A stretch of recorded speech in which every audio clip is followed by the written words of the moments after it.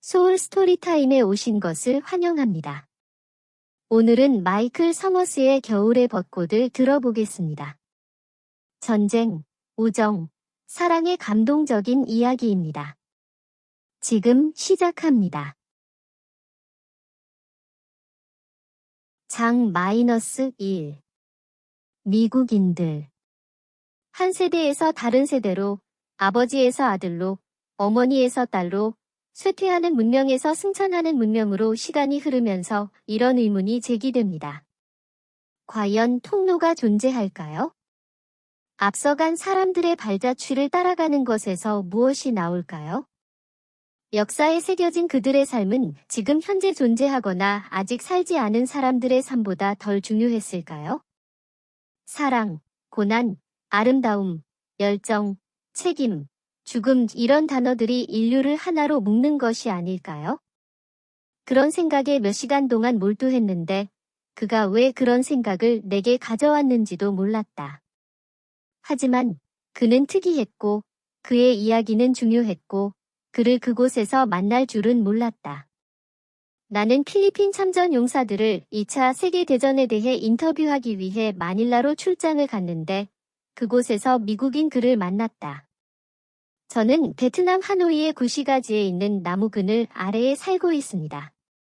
저는 4년 동안 여기서 살았고 천년 직후에 제 방을 빌려서 세상이 조용해질 것이라고 생각했지만 그렇지 않아서 2000년 2월의 쌀쌀한 어느 날 아침에 도착했습니다.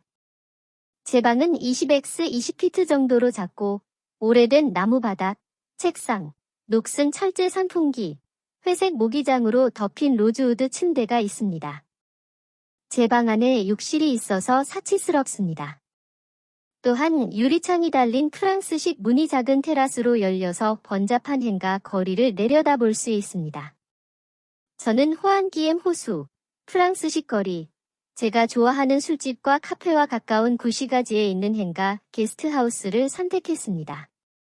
저는 호화로운 소피텔 맨너폴 호텔과 나무가 늘어선 대로가 있는 조용하고 고급스러운 프랑스식 거리를 선택할 수도 있었습니다. 그래도 저는 구시가지의 이국적인 분주함, 흐르는 듯한 다채로운 구시가지를 원했습니다. 저는 30살인데 이 숫자는 위험한 전환점처럼 느껴집니다. 아버지는 항상 저에게 30살까지는 직장 생활을 정리하라고 경고하셨습니다. 나는 내 첫 번째 소설을 구성하는 265페이지 분량의 무급 노동으로 가득 찬 엄청나게 편집된 더미를 밀어낸다. 나는 그것을 맨즈 애드벤처의 유급 과제를 위해 종이, 노트, 클리핑 더미에서 분리했다. 날씬한 베트남인 여자친구라는 침대에 누워서 많은 책을 흩뜨려 놓았다. 화려한 글씨가 있는 무거운 책이었고 연구 냄새가 났으며 도서관과 떠도는 생각이 곰팡내 나는 깊은 그릇이었다. 그녀의 긴 검은 머리카락이 그녀의 작은 어깨 위로 느긋하게 드리워져 사랑스러운 몸매를 드러내는 꼭 맞는 흰색 코튼 블라우스를 가리고 있었다. 검은색 하이힐 한 켤레가 오래된 로즈우드 침대 옆에 놓여 있었다. 테이블 위에는 미국인의 스케치북이 있는데 그가 내게 준 몇 안 되는 물건 중 하나이고 그 책은 다리에 구부러진 붉은 화랍에 기모노를 입은 아름다운 아시아 여성의 그림으로 펼쳐져 있다. 그의 아버지가 그에게 돌려준 여러 편지 중 하나인 1950년 6월 25일자 일본 가마쿠라에서 보낸 구겨진 편지가 그 페이지를 표시하고 있다. 지금에야 이 날짜가 한국 전쟁의 시작을 알 수 있었다. 나는 차가운 타이거 맥주의 뚜껑을 따고 길고 강한 한 모금을 마시고 책을 꺼냈다. 안에는 글이 없습니다. 메모는 있지만 긴 설명은 없습니다. 대신 스케치가 페이지를 채우고 있는데 많은 스케치는 서둘러 그린 것이고 다른 스케치는 세세하게 그린 것이고 어떤 스케치는 검은색이고 많은 스케치는 컬러입니다.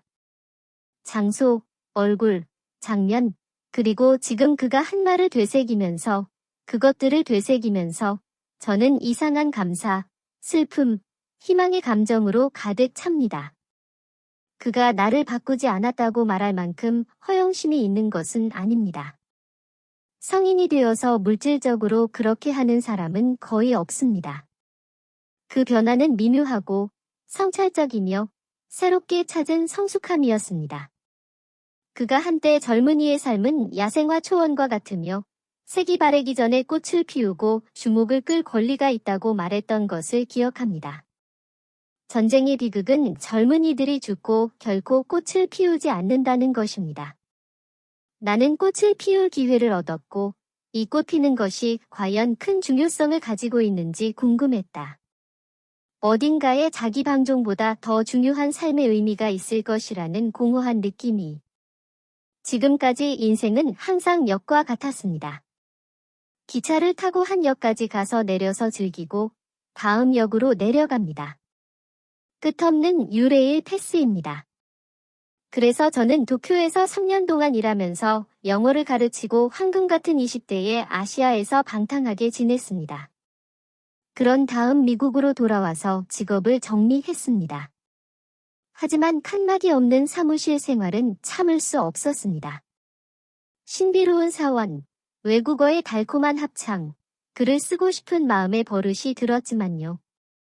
그래서 시애틀의 홍보회사를 그만두고 다음 역으로 향했습니다.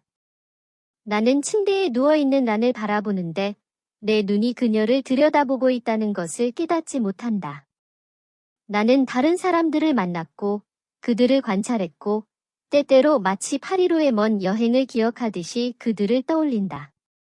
우리는 프랑스 지구에 있는 내가 가장 좋아하는 카페에서 만났다. 그녀의 초승달 모양의 깊숙이 자리 잡은 타원형 눈은 내 상상력을 사로잡았고 그녀의 얼굴은 지상의 아름다움과 강력한 지성을 가지고 있었다. 나는 그녀가 국제인이고 그녀의 할머니 마르그리트는 프랑스인이라는 것을 알게 되었다. 그녀의 할머니는 인도차이나 전쟁 이후 그녀의 할아버지와 사랑에 빠졌고 그녀는 베트남에 남았다. 라는 그날 아침 카페에서 킥킥 웃으며 말했다. 나는 4분의 1 프랑스인인가 보다. 내 페이스트리 안에 있는 바닐라 크림 때문이야. 나는 파리 예술건축학교를 졸업하고 파리에서 일하다가 베트남으로 이전해 하노이 사무실을 이끌었습니다. 왜 예술과 건축인가요? 제가 그녀에게 물었습니다. 그녀는 어린 시절부터 그림 그리는 것을 좋아했으며 가장 좋아하는 주제는 어린이와 노인의 얼굴이라고 말했습니다. 그녀는 어린이의 얼굴은 순수함을 반영하고 노인의 얼굴은 진실과 지혜를 반영합니다. 라고 말했습니다. 그녀는 개발도상국에는 건축가가 필요하며 베트남의 커뮤니티 디자인에 인본주의를 주입하고 싶다고 설명했습니다. 그녀는 제 글에 대해 물었고 저는 작가는 기술과 전달하고자 하는 스토리에 대한 엄청난 열정이 있어야 한다고 설명했습니다. 좋은 글은 여러 개의 초안이 필요하기 때문입니다. 그 생각은 문장, 두 번째, 세 번째 초안으로 이어집니다. 그리고 작가는 도예가가 바퀴로 돌아가듯이 문장을 반복해서 다시 살펴보고 단어가 상상력을 사로잡을 때까지 반복합니다. 그녀는 미소를 지으며 그럼 당신은 이렇게 쓰시나요? 라고 물었다. 나는 그녀의 미소에 답하며 말했다. 저는 피아노를 치는 것처럼 글을 써요. 그녀의 얼굴은 장미꽃잎처럼 붉어졌습니다. 그게 바로 그녀이고 그녀가 없는 미래는 볼 수 없지만 그녀와 함께라면 미래도 볼 수 없습니다. 그래서 항상 그랬습니다. 한 역과 다음 역. 나는 맥주 한 잔을 마시고 미국인의 스케치로 돌아간다. 소울 스토리타임을 시청해주셔서 감사합니다. 오늘의 이야기가 마음에 드셨다면 좋아요와 구독을 눌러주세요. 매주 별표 월요일, 수요일, 목요일, 토요일 별표의 새로운 이야기로 찾아뵙겠습니다. 다음 이야기까지 행복한 시간 보내세요. 그럼 안녕.